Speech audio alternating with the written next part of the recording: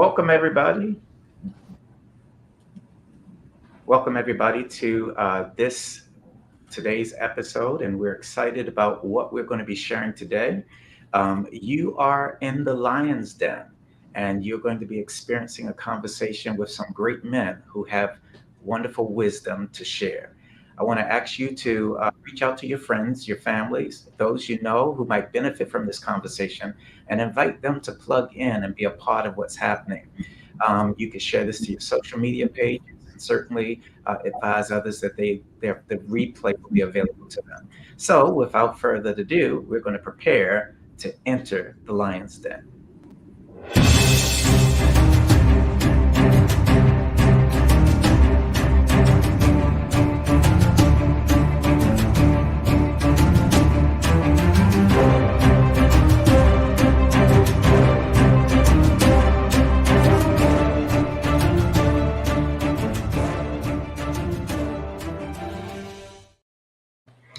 All right, we are back, and you are in the lion's den.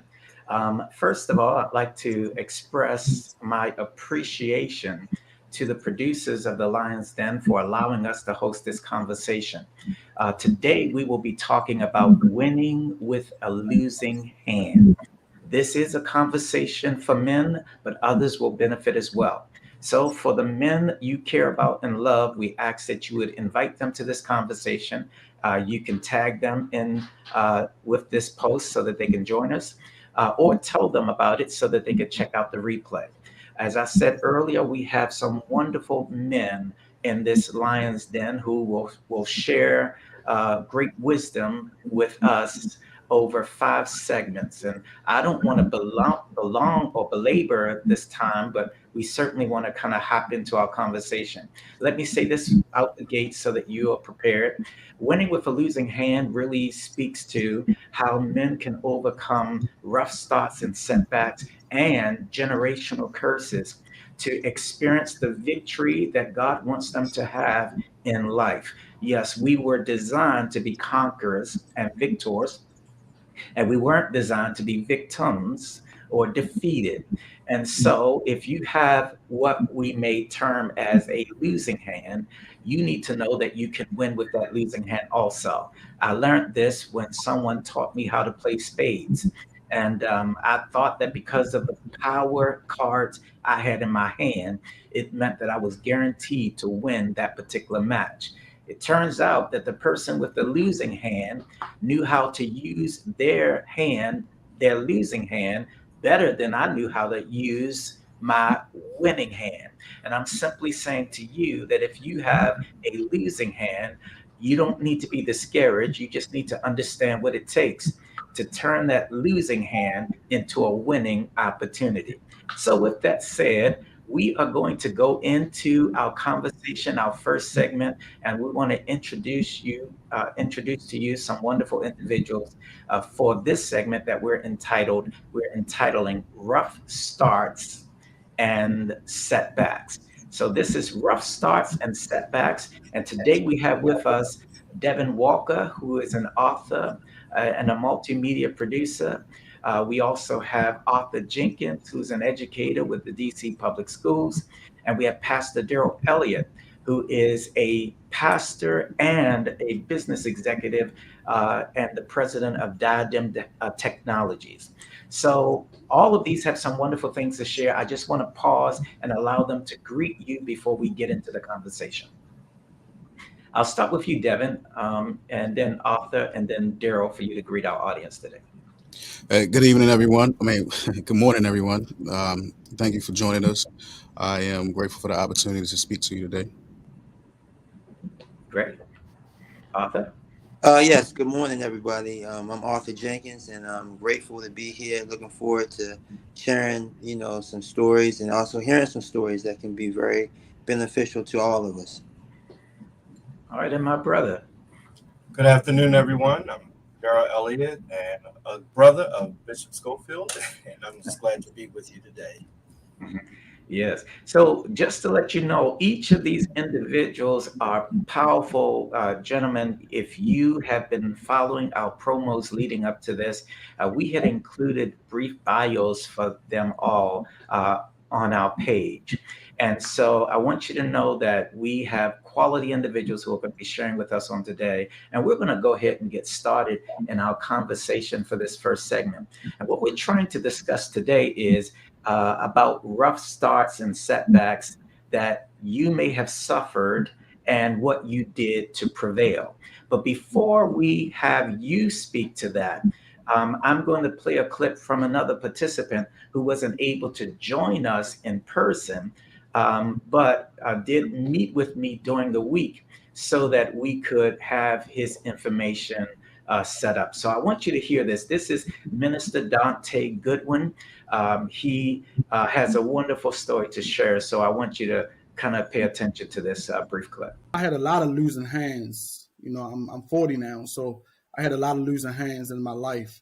The major one that I have been dealing with, um, I've been on my job for 18 years, and almost 2 years ago, I was wrongfully fired after 18 years, after dedication, after um, giving them my youth, giving them my all. And, I was thrown a bad hand.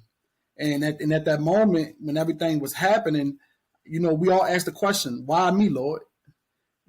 Because when you've been on your job that long, your life, your lifestyle, the way you spend money, um, it all come down to that job, and everything got tested. My marriage got tested, my faith in God got tested. Sometimes, the encourager needed to be encouraged.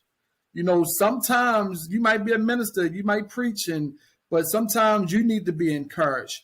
And one thing I have learned, that God put man and woman together for a reason. While we going through these things, my wife became my bigger encourager. She supported me. She started putting like Lord notes around the house just to remind me that I'm a man, that I'm a great man of God, that I'm an anointed man of God. Because when things happen like this, you do lose your self-esteem for a minute. And my wife used to always ask me, "Do you need some help?" And me and my pride, something that God had to let me get over. Me and my pride, I used to always say, "Nah, I got it." Because as men, we always say that we got it. So one time, I finally broke down, and I asked my wife, for some financial help. Now, the whole time she wanted to help me, so I asked her for some financial help, right? And she was able to give it to me. So I asked her, like, where you get this money from? So she said, every time you told me no, I just took the money that I was going to give you and saved it, because I know that you was going to need it after a while. And I needed some extra dollars to take care of something. And for the mere fact that every time I told her no, she was putting that money to the side just to help me, just to support me, just to, keep me lifted up. And, sometimes you look for encouragement from everybody else, but sometimes your encouragement is right in your house, right underneath your nose. Your encouragement is from your family members. It's from probably your kids. It's probably from your wife. And that's what she did over these months that I've been going through. All right. So, yeah, and I apologize for how that abruptly ended. When we did our little clips there, I thought I actually had a little runoff on the end of that last word. But Minister Dante was very open and transparent in this conversation. And for those of you who know him, he's a great man of God. He's a preacher, dedicated. He travels around the world preaching the gospel and evangelizing. And so he was sharing about a time when he lost his job of 18 years. And this will fall into the category of setback for us. So before we, actually dive in a little more in, some of the things that he had to share, I want to kind of open this up to our panel for you to share with us rough starts or setbacks you may have experienced. And I'll start with you, Pastor Daryl.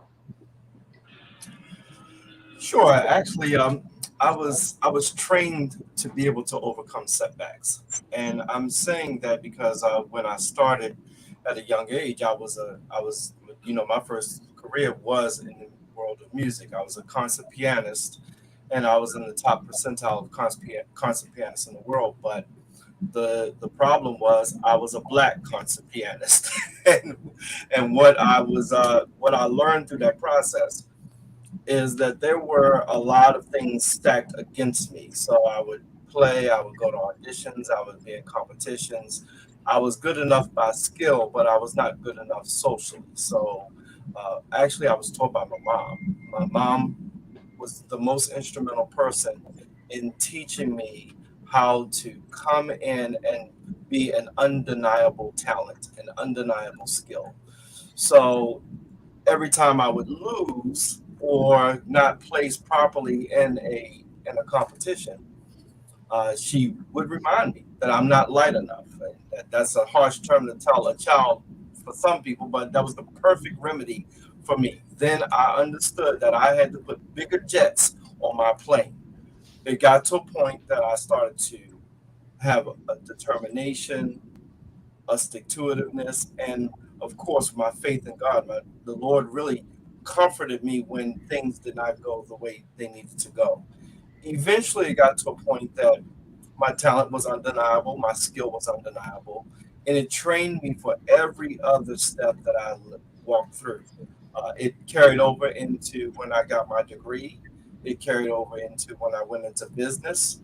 That the continual fight, and I would always remember the word that there's no weapon formed against me that could prosper, and that all things could work together for my good. One other thing that I learned from the book of Exodus is that God asked Moses, "What do you have in your hand?" And when I learned about what I had in my hand was good enough to part the seas, what I had in my hand was good enough to get that next deal. When I went into business, the same thing. And God taught me how to do my deals over fax machine first.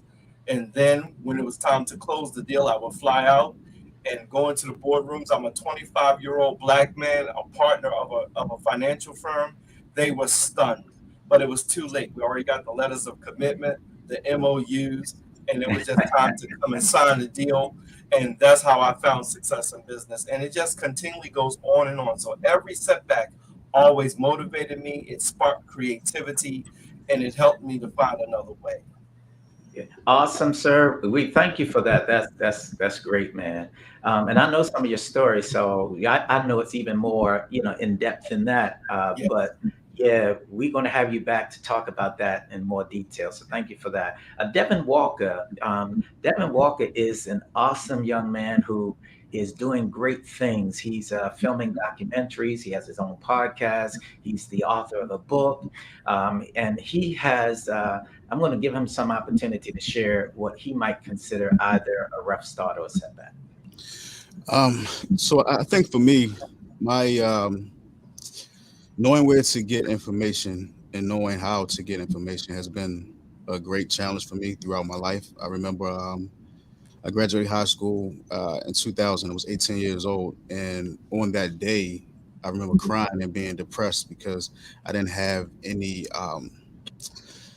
type of plans. I didn't know what to do with my life. I didn't know where to get information. I didn't have a job. I didn't have any money, so I was depressed. And I ended up going to Baltimore City Community College for a semester. I actually failed every class that I had that semester. And then the following semester, I actually crashed my car into a building and spent 5 days in the hospital. And so I had a lot of stops and starts and stops and starts throughout this time, man. I actually got my first degree in 2012, which at the time I was 30 years old, and even that was a struggle because I was working full time, going to school full time, was full time dad, and I probably slept about 4 hours a day for the 2.5 3 years that I spent at Cobbin. Um, and then after that, I went to American University where I studied producing for film and video, and I got an F in one of my classes and was on academic probation and ended up failing out of that school as well. But then recently, I just got a master's degree from Morgan in journalism. But I think um, my biggest thing is that to use a word that you just used was stick to itness.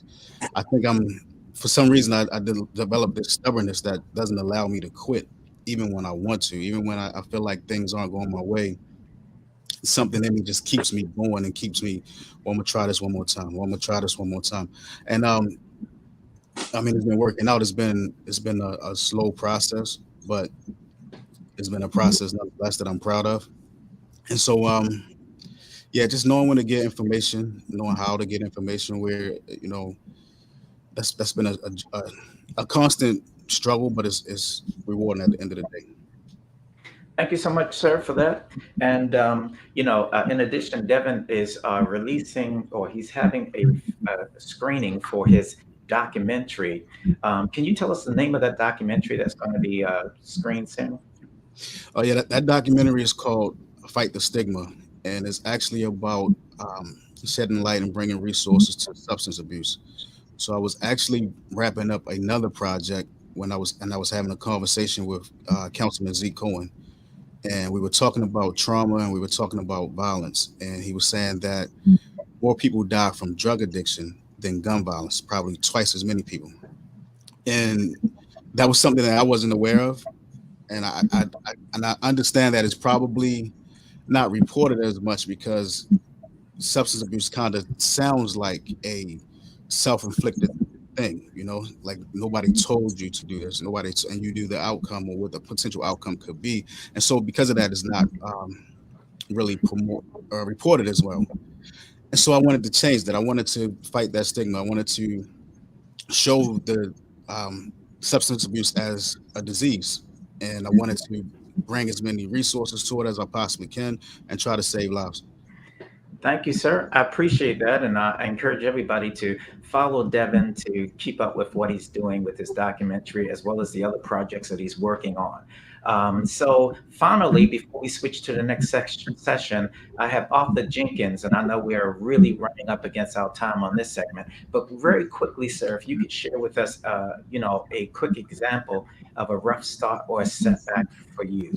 Well, I'll say that, when I was 29 years old, I was in my second year as an educator, and my father had passed away that summer.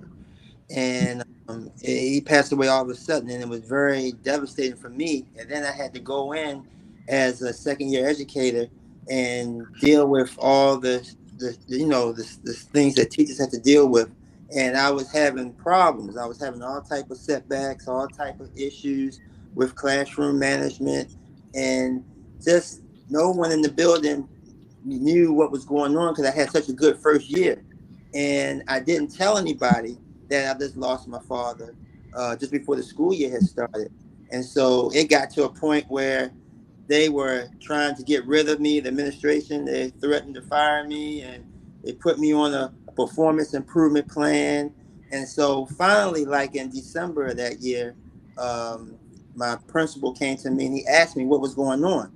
And I told him, what I was dealing with.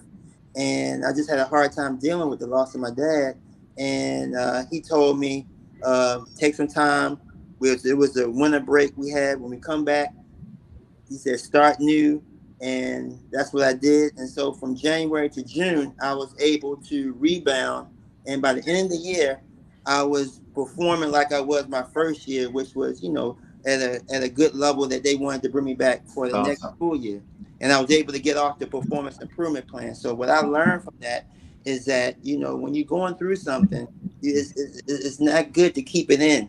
You Hmm. have to share that experience. I mean, not share experience, but you have to share your problem with somebody so they'll know how to help you. That's And awesome. and so I'll say that was my setback and recovery. Oh, that's awesome. Thank you so much to this group. And I want you to know every person on this program, I have deep admiration for. And it's always more than meets the eye. Most people don't know Brother Arthur Jenkins. He can do a mean Michael Jackson impersonation.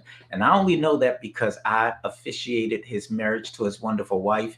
And they invited me to the reception, and they waited until I left in order to do that big dance. But when I left, I forgot my keys, so I had to walk back in. And when I walked back in, I actually walked in on him doing Michael Jackson. And I was shocked, like, hold up, you guys are going to kick me out the celebration, and then you're going to do Michael Jackson. Well, that was just a fun fact. I hope you guys can benefit from.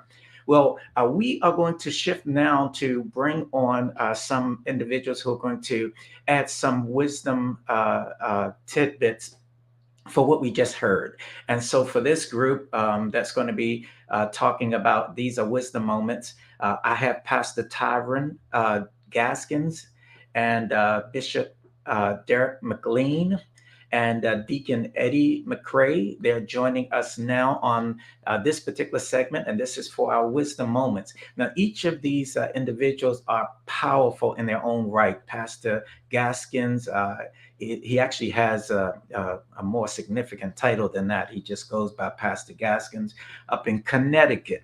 And we have Deacon Eddie, who's a part of our ministry at Infusion Church, and he leads our men's group, Infused with Strength. And then Bishop McLean, he is a pastor with many years of experience, and he's a superintendent in the Church of God in Christ. And he may have lost his connection, but when he's on and he hops on with us, he can be a part of this. But what I wanted to ask you guys is, you've heard the examples of setbacks. And I'm sure you probably could add to them yourself. But what I really want to, glean from you is what wisdom can we share with men regarding the temporary nature of setbacks and or how to recover from a rough start. So I'm going to start with you, Pastor Gaskins, if you can share some wisdom and insight with us and the men today. Well, good afternoon, good morning. Glad to be with you. Um, I can share the words of wisdom that were shared with me. And one of the biggest things that was said to me when I started pastoring from a place of a losing hand. Um, not going to go into it all, but I started from a losing place. I started from a place where I wasn't supposed to be, quote unquote. And one of the biggest things my bishop told me was he said, keep your head down and keep working. Admit when you need help. The last testimony that we heard from, I believe it was Brother Jenkins, Brother Arthur, the last testimony he said, it was so pointed because a lot of times we suffer in silence, and no one said that that's the rule.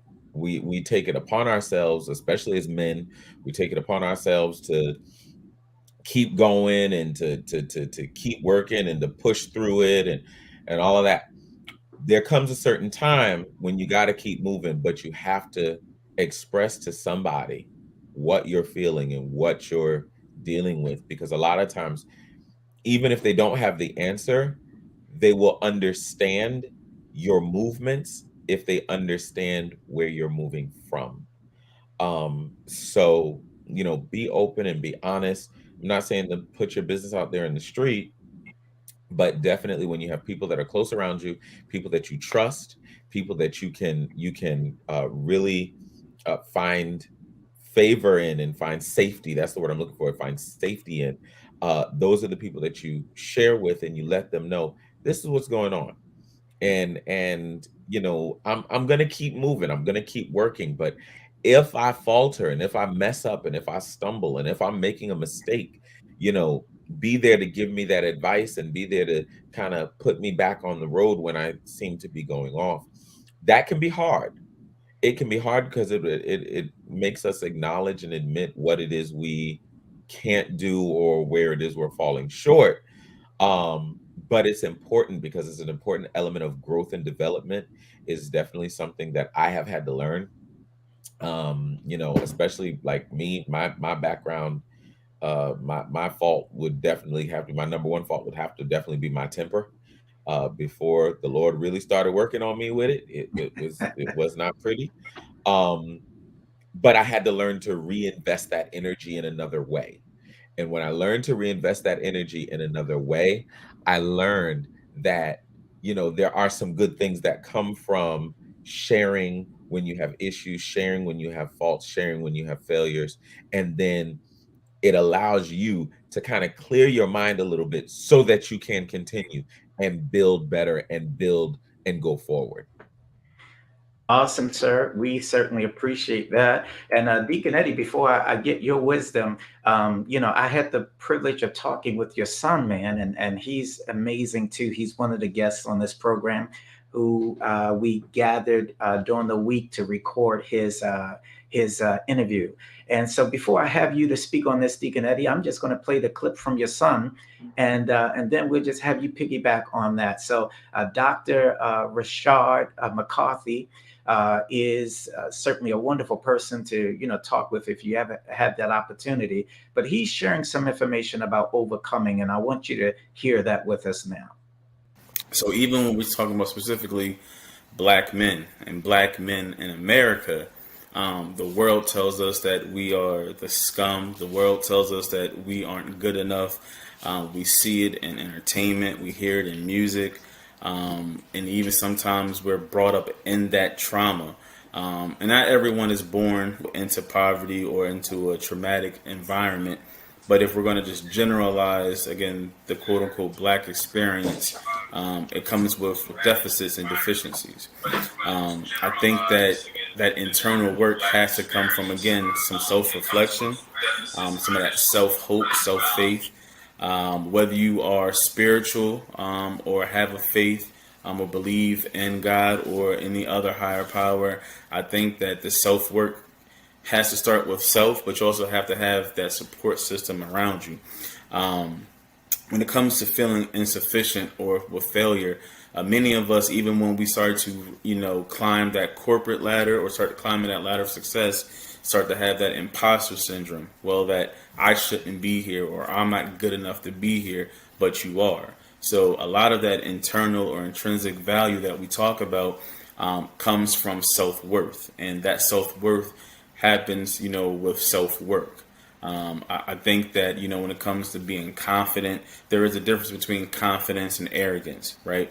Even when we talk about being humble or meek, is that I have a strength in myself that I know that I am the best version of myself, or I am beginning, or I'm becoming, or working on that best version of myself. And that comes with a lot of, just again, internal work, and that happens over time. I don't think any one man, macho or not, alpha or beta, wakes up, first day of life and say, okay, I'm the best. I think that, again, that intrinsic value of self-confidence happens over time. Yeah, that was pretty awesome, what he shared. So let's see. Um, I think Deacon Eddie, you had your volume on at the same time. You're good now though. But that was pretty awesome what he shared, Deacon Eddie. But that's your son, man, and I think it's good for you to kind of piggyback on what he shared. One of the things I really liked what he shared when he talked about self-worth, because if you find yourself in a position of a setback or a rough start, it can take a toll on your own perspective of yourself. And you got to know that you're worth it. You got to know that you're special even before you see the fruit of that. But he says self-worth happens with self-work. And I thought that was powerful that he shared that. So Deacon Eddie, I want you to share some wisdom, with our audience around this subject as well. All right, good day once again, everybody and one and all. First of all, I'm proud of Richard. We call him Shardo. Very proud of him for the things that he's accomplished. And that does my heart good to hear him speak. When we're talking about overcoming things, the first thing I always tell people is your situation is temporary. So you're going to be able to overcome if you persevere and you are persistent. And when it comes down to our problems, we have to face it in order to fix it. I think sometimes we could be in a state of denial and act like everything's okay, but we have to share what our situations are with people, and you have to recognize what your problem is. You have to decide what parts you play in your problem, and you have to have the resources, guidance, literature, and good people around you that are going to help you overcome your situations. Personally, myself, losing my parents when I was young and being in an environment of substance abuse, I knew that I had to go get it, so to speak. I knew I had to be on my own. I knew I had to do things. So I had to find people to gain wisdom from. Wisdom doesn't always come from somebody teaching you. Wisdom comes from finding an example. So I found good examples of brothers and women who were doing positive things. And I was able to try to take what they did and a little bit of what I call my Macisms and was able to overcome certain things in life. Now, you have to begin by starting to figure out what you're trying to do, how you're going to get there, and then map out a plan on how to get there. And you cannot let anybody get in your way of your plan once you put it into effect. You have to exercise some discipline. You have to encourage others while you're going through. I find that when you encourage others, you encourage yourself. So when you're telling people that they can make it, in essence, you're telling yourself that you can make it. So those are just some of the wisdom points that I believe will help us overcome. And you have to have a determination and a will. Nobody does things for you. Life doesn't live itself. You live this life. So it's up to you as to what you make it. Of course, you have to have your faith in God. You have to have good people surrounding you. But the hard work and the discipline belongs to you. And I'm a firm believer of that. Okay, thank you for that, sir. Yeah, I hope you guys are understanding at this point that there's some wonderful content here that the men in your life, those you care about and love, could benefit from. So if you haven't already done so, please share this with those that you think could benefit from it. Even if they come in midway, they can always go back and look at the replay. They just need to be aware that this conversation is available. And we are grateful for what we've heard so far. And I want you to know as an audience that we want to have breakout sessions. When I say breakout sessions, I mean in the future, exclusive one-on-ones with as many of these men that would grace us to return and to talk more in depth, about the specific strategies that they are sharing with us on today. So I'm excited about them all. And as we move forward into our next phase, what's about to happen is I want to introduce a person who's going to share his testimony. And this is a testimony that I'm interested in us hearing. Obviously, it's going to be the condensed version. We only have about 3 minutes or so for it. But, if you have read his bio, he holds 2 degrees. He's been working on this job for over 20 some years. He's been married for 20 years. And I'm mentioning these things. He's a father and a grandfather. But I'm mentioning these things because when you hear his testimony, it would be sometimes hard to fathom how God has blessed him to get to where he is now, based on what he had to go through. So I want to introduce Brant Herbert, who's going to share with us his wonderful testimony. And Brian, I just want to let you know, we're going to also have an exclusive session where you can go into detail. But definitely, if you can give us 3 minutes worth of your testimony, I believe it will bless a whole lot of people. Yes, sir. Can the audience hear me? Yes, I can hear you well. Yes. Okay. So the reason I am where I am today is because of God, of course. But here's the list of things that I've gone through. At 5 years old, I almost died from sickle cell anemia with a temperature of 106.7, and I was saved. At 6 years old, I was kidnapped on February 2nd, 1972, going to the store for my uncle, kidnapped, brutally beaten, had my jaw broken in 3 places as a 6-year-old child, and sexually assaulted. And I made it home. And at 7 years old, I lost my father. He was killed by a drunk driver and drug him by a car and decapitated him. And at 9 years old, my mom tried to commit suicide in front of me, and she died in the hospital from cirrhosis of the liver. Going through life, a lot of different, things happen. And in the military, I survived a helicopter crash. And I was discharged while I was in the hospital at Fort Hood, honorable discharge. I got home. I ended up homeless and strung out on drugs for 1995 through 2001. And on February 14th, 2001, I almost overdosed on cocaine, me and this other woman that were together, and ended up in the hospital. And my heart was only beating 47 beats a minute. They put me in intensive care.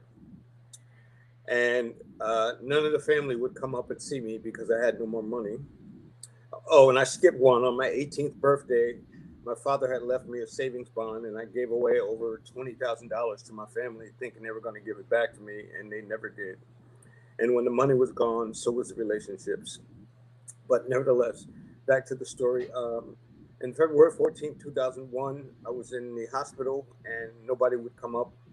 And I was basically on my way home. And the next day, the nurse came in and took my vitals, and all my vitals were back to normal. And I heard in the room that night a voice that said, "Everything's going to be okay, my son." And the next day, I woke up and my vitals were back to normal. So from that time on, I've been drug free since February 14th, 2001, no illegal drugs. And I've been married. I met my wife in 2003. We got married in 2004. And I started my career. I have 20 years on the job now. I just received 20 years of service from the Department of Defense. And I have 5 grandchildren and three children that went to school to get their college degrees as well. And I'm a father, grandfather, and 20 years on the job, 20 years married. And I bought my first home in 2018. I was the first person in my home my family to ever buy a home. So it's all because of God that I have everything, and I'm drug free, and I have everything that I have right now. Oh wow, wow! Listen, man, that testimony is absolutely amazing. Not amazing in a way that we're glad you went through it, you had to go through it, but amazing in the way that because you had to go through it, you allow people to see a good portrait of what it means to have a rough start and a setback, to rebound from that, to even have challenges which would constitute a losing hand and find a way to win anyway. And that's why we certainly look forward to having an exclusive session with you. For those of you who have heard, I mean, for one person to go through all of those things is pretty significant. And to almost die as a child, I mean, to be kidnapped as a child, to watch a dad pass away as a child, to watch a mom, attempt suicide as a child, and that list goes on. But look at him now and what God is doing in his life, and how He has brought him to a great place of success with his own family. That should give anybody hope if you're struggling. So, with that said, I kind of like to continue this conversation. And this time I want to talk about it from the purview of generational curses, because there's been a lot of conversations about generational curses over the years. And I'll tell you, initially, I wasn't a big, a proponent of generational curses. And it took me a while to understand that generational curses, really do exist. But when I came to that realization, I understood that while generational curses exist, generational curses were never intended to be an excuse. They may be sufficient reason for where you are and what you're going through, what you're feeling, and what you're experiencing. But you need to know that you have the power to overcome generational curses. And so I want to bring up some of our participants to help us with this conversation. We got Pastor Daryl Elliott, Deacon Eddie McCrae, and Pastor Tyron Gaskins, who are going to help us in our conversation today about generational curses. And I think the question that I want to ask you guys is what key things should a man understand about generational curses? And again, we're still pacing ourselves through the program, but if you could help us out with that, what key things should a man understand about generational curses? I'm going to start with you, Pastor Daryl Elliott. What people should understand about generational curses, I think it starts with you could not choose where you were born. I think we need to start there because Yeah. sometimes we face obstacles. We don't know why we face them. We can't understand their purview. And sometimes it's just because of where you were born, who you were born to, what type of economic situation you were born in, what type of health issues that you may have been predisposed to because of genetics. And they originated somewhere. But there's nothing that happens without a purpose. When Jesus was asked about why was the boy blind, and they said that his mother sinned, his father sinned, and he gave an answer. He said, "Well, this young man, this boy is blind because the glory of God is supposed to be revealed in him.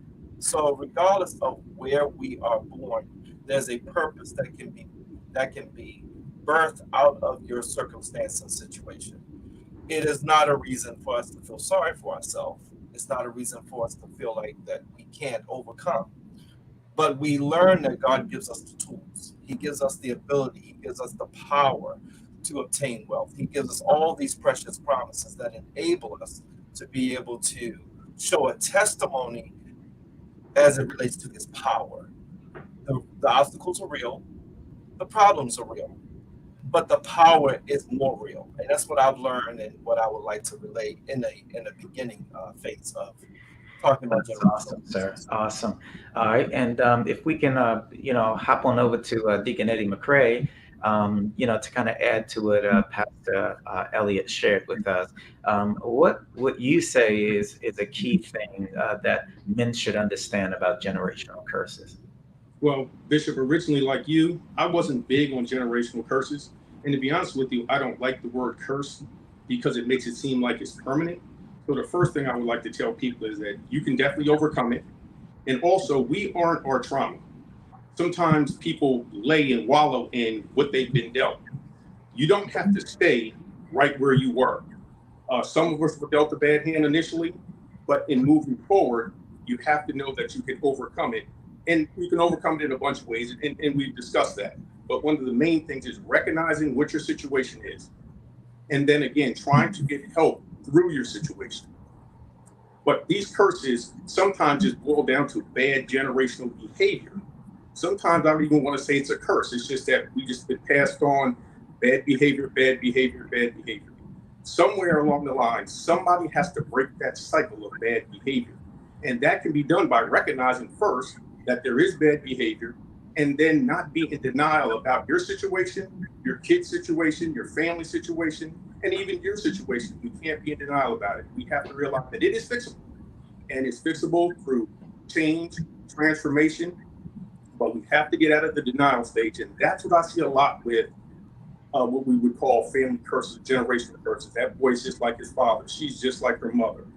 And so it's almost like it's acceptable, but it's not. So I don't even like to use that word because it makes it seem so permanent. But we can always overcome if we just recognize what our situation is. And that's really what I would like to share, that these things aren't permanent and we aren't our trauma. That's awesome, sir. That is awesome. And we have Pastor Tyron from Connecticut. And if you can add to that, sir, we would certainly appreciate it.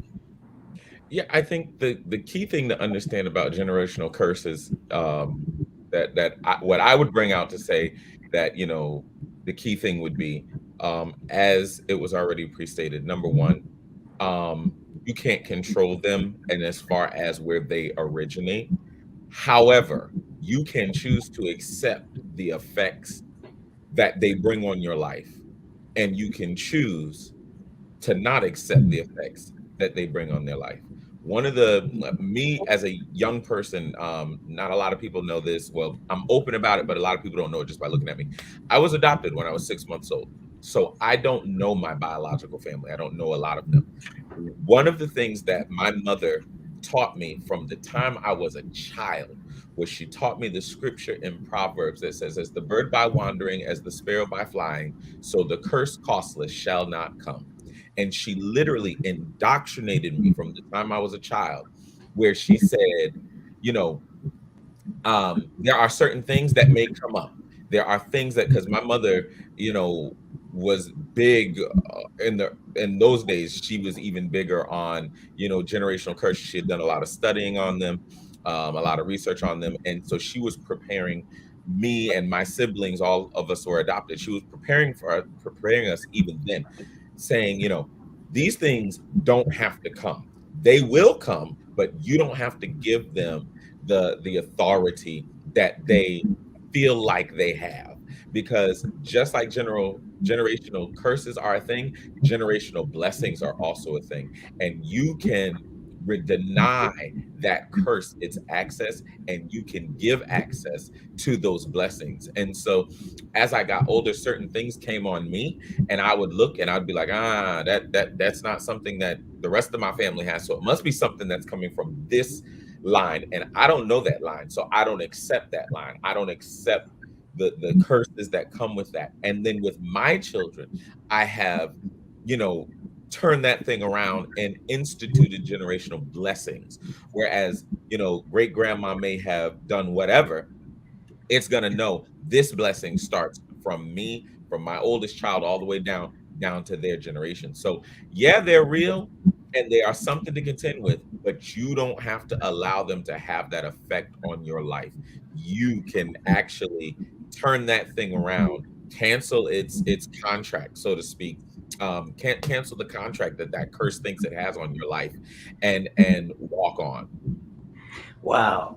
Wow. Listen, all of you guys have shared some powerful stuff. I'm sitting over here extremely inspired by what you shared. One of the things that have always inspired me as I begin to look at this particular topic is that there's a scripture that says, what is this proverb I hear you using in Israel? This is God speaking, and God spoke this to both the prophets Ezekiel and the prophet Jeremiah. But he says, what is this proverb I hear you using in Israel, that the children ate, the fathers ate sour grapes and the children's teeth are set on edge? Okay. He began to say, well, you will no longer use that proverb. Because that proverb was indicating that the children or the offspring will always be impacted, involuntarily by the parents, and that impact is real. Decisions that are made before you can impact you. But he goes on to indicate, but we won't use that anymore. He says, instead, all souls are mine, and the soul that sins, that soul will die. But basically what he was saying in essence was that each person is responsible for where they end up in life. Each person is accountable for their decisions and their actions.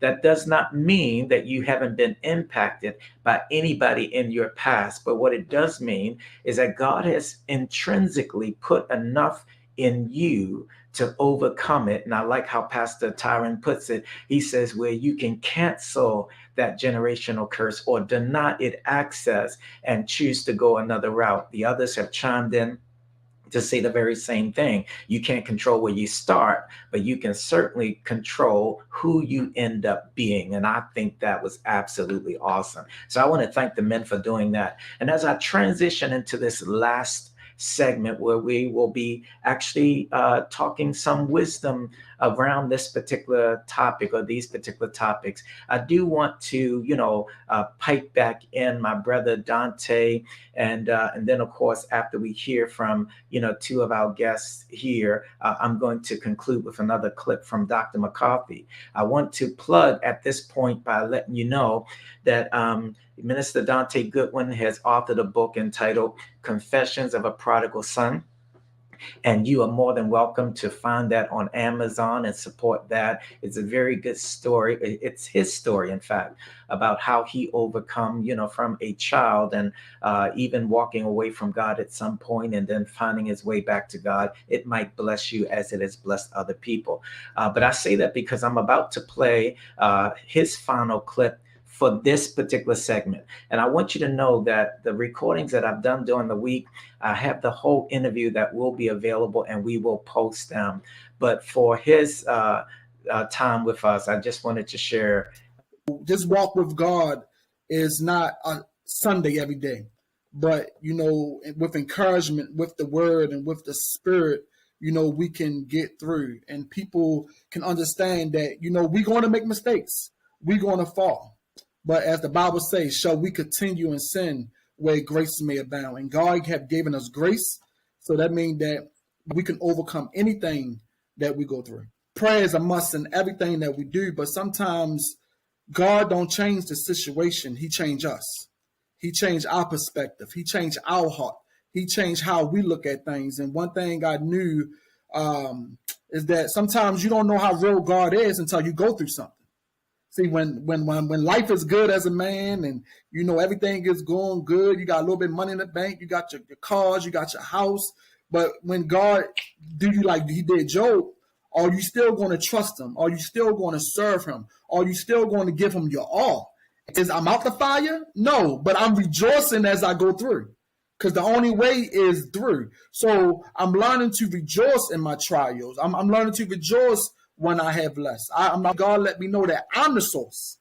He had to teach me that He was the source, not my job that I've been on for 18 years, but He was the source of everything. So it's not by my power, it's not by my might, but it's by His Spirit. And I had to learn that He is the source. I had to rely on Him. And God will put you in a situation where you're going to have to rely on Him. Nobody's there to help you. Nobody there to talk to you. You just going to have to trust God, and He will going to bring you out. And when you got a woman in your life that know how to travail, that know how to pray, that know how to intercede for you, I mean, that is one of the greatest things that you can have. So even though I've been thrown a losing hand, I'm counting my blessings one by one, because I know God got me. I got great support. I got, great family. I got great friends that help me along this way. Yes. So it was a joy having this conversation with Dante, and there's so much more to this conversation that you can hear when we post the full interview. But now we want to kind of shift and talk about some wisdom, tips. For those who may have experienced either generational curse or a negative that they felt it was hard for them to overcome. And I also want to note that one of our guests, Bishop Derek McLean, was having technical issues and wasn't able to join the stream, but we're going to have him in a future session where we will talk with him some more. On the screen right now, you're seeing Pastor Darrell Elliott, and you're seeing Devin Walker, and we just heard, different perspectives on generational curses, or I would say turning a negative into positive, depending on how you prefer to look at that scenario. And we'd like to get some insights from you. So now, what wisdom would we be able to share with men about overcoming or breaking, that curse, or turning their negative into a positive? So I'm going to start with you, Devin, and then I'll move on to Pastor Durrell. And I think you're on mute, sir. As far as generational curses go, I don't think that necessarily applies to me. I think for me, I've been, I would say, blessed with ambition and determination. And I, just by the examples that I had for myself growing up, my mother had me at 15, finished high school, went to college and got a bachelor's degree and two master's degree. I remember being a kid running around the library at Coppin, which I eventually got my first degree from Coppin. My father is a man who I've never seen take a day off from work, who I've never heard making excuses. So I think I inherit this work ethic and determination from both of them. But I also have a stubborn side of me that has prevented me from asking for help when I needed it. And because of that, it's taken me longer to accomplish some things than it would if I just say, "Hey, I need some help in this area," and that's something that I think many of us deal with. But yeah, so I don't think generational curses are something that I have been having to deal with. But what I can say is that you can overcome anything. As long as you're determined, as long as you um, prayer works as well. As long as you're praying, as long as you're focused and dedicated and determined, you can overcome anything. I think like no nothing can change. You can't tell, you cannot determine where you start, but you can definitely play as big a role as you can in the outcome of your life. You can't um, outcome is up to you. Basically, is what I'm trying to say. Mhm.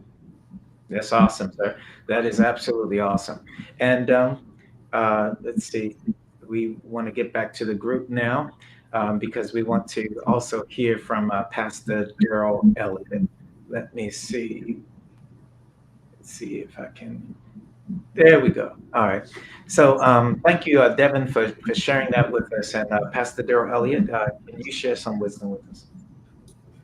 Well, I want to share Isaiah 43. It says in verse 2, when you pass through the waters, I will be with you. And through the rivers, they shall not overflow you. When you walk through the fire, you shall not be burned, nor shall the flame scorch you. For I am the Lord your God, the Holy One of Israel, your Savior. In other words, there's a promise that we will go through something. There's a promise that for some reason, many times, not any fault of your own, that you will find yourself in a bad situation. I believe we are all born with something in our hand that is losing. I believe that because man is born in sin, he's shaped in iniquity. So we are all having to overcome something. And as we go through the journey and the process, the one thing we need to understand is God gave us a promise that He would be with us. And that in itself is our guarantee that because God is with us, He will help us to navigate through the waters. He will navigate us through the fire, and He will show us the way through. He always gives us a way of escape, the Bible says. So we know that we have a promise of both trial and we have a promise of triumph. And that's what's most important. I think that we all need to understand that regardless of our hand, we have the winning partner, and the winning partner will cause us to come out on the other side. Oh, that's awesome, sir. That's awesome. You guys have been great for us today. I just have one clip to play, and then we're going to close out our session. And I hope everyone who's attended, who's watched this podcast, or who will watch the replay, has gotten something out of it. You can overcome. I will piggyback on what Deacon Eddie said. We hate to call these things curses per se because of what it implies, but that's a generally accepted term, which is why we use it. The important thing for you to know is that you can define how you turn out by putting your confidence in God and having faith and being persistent about not being a victim of what you may have been born into, what you may have succumbed to as a rough start or a setback. You can win. And we want to see you win. Don't hold it in. Don't try to solve your own problems. Reach out to others who can help you. Don't be afraid to talk to other men who don't mind encouraging you so you can achieve the victory that is yours. I'm going to play this final clip and then we're going to kick it over so that we can have our outro. But thank you for joining us, and we hope you will join us again for a future session. Here is Dr. McCarthy giving us an idea of some things that we can do to handle our big challenges in life. True. It was no coast at all. And personally for me, my own testimony was that there was a lot of twists and turns throughout my research, and even getting to the finish line. Pretty much for me, chunking, right? In a sense, in speaking in educational terms, is being able to take this full pie and to cut it up in slices and to try to do enough to kind of get to the next step and the next step.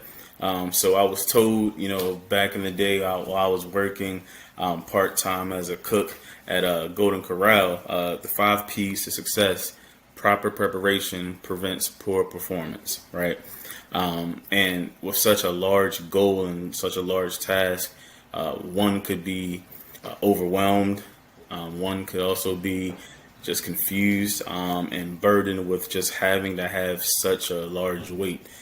So for me, with such a big goal with limited resources, one, have to know who I was and who I am. But at the same time, create those smaller goals for myself, and those smaller goals then add up to the larger one. But just in doctoral research, alone, and just trying to get through that, the highest level of education, you have to be patient. You also, again, have to set those goals where you have to know that one day it will end.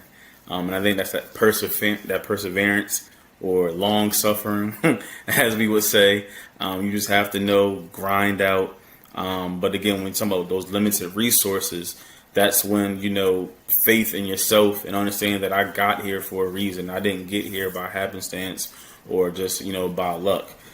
So having to have that internal and intrinsic value in yourself and understanding and belief in yourself, especially again when we're talking about just lack of resources. So just being committed to, the goal. But like I said, the things I would pull out from that is being able to set those mini goals to set yourself up for those larger ones, having faith in yourself and belief in yourself, and, just the commitment to whatever that larger goal would be.